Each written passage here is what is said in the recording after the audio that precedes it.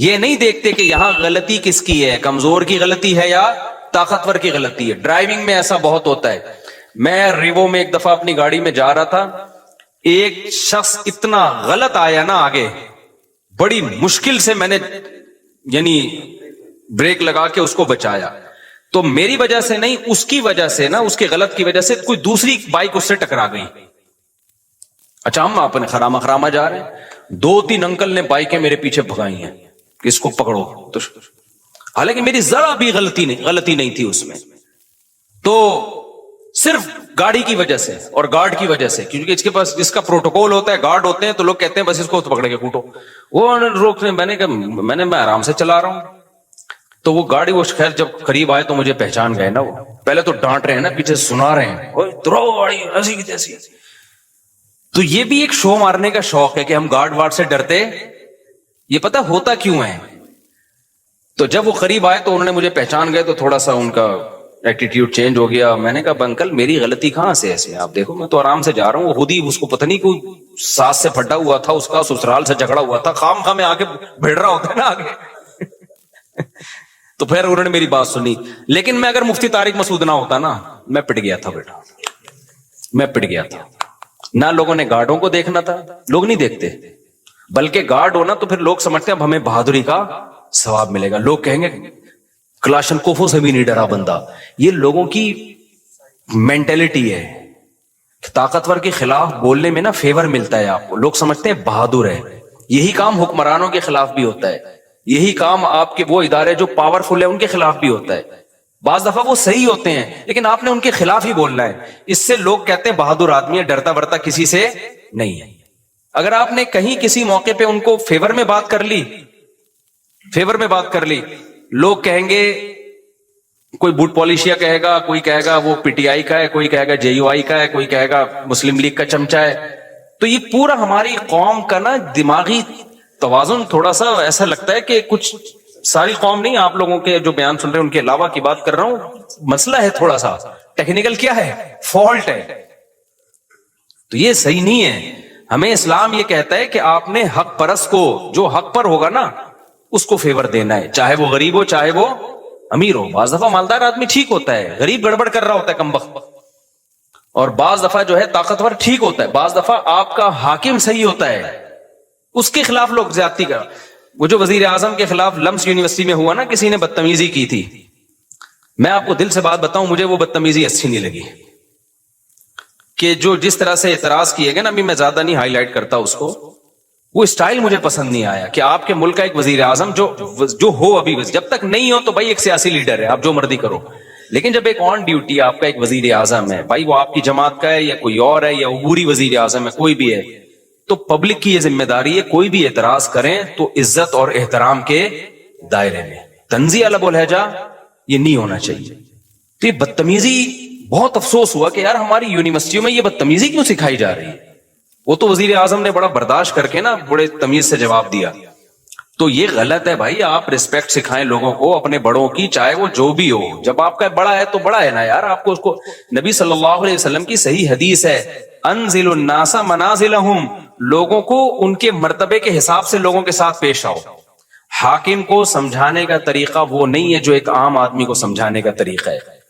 نبی صلی اللہ علیہ وسلم کے پاس ایک سردار ملنے کے لیے آیا جو بڑا ظالم اور برا آدمی تھا. وہ نبی نے اس کو عزت دی, تو امی عائشہ رضی اللہ تعالیٰ عنہ نے فرمایا, یا رسول اللہ یہ تو ٹھیک آدمی نہیں ہے. آپ نے فرمایا انزل الناس منازلہم, ایک اسٹیٹس ہے نا اس کا اپنی قوم میں, ایک مرتبہ ہے, تو اس کے حساب سے اس سے چلنا پڑے گا.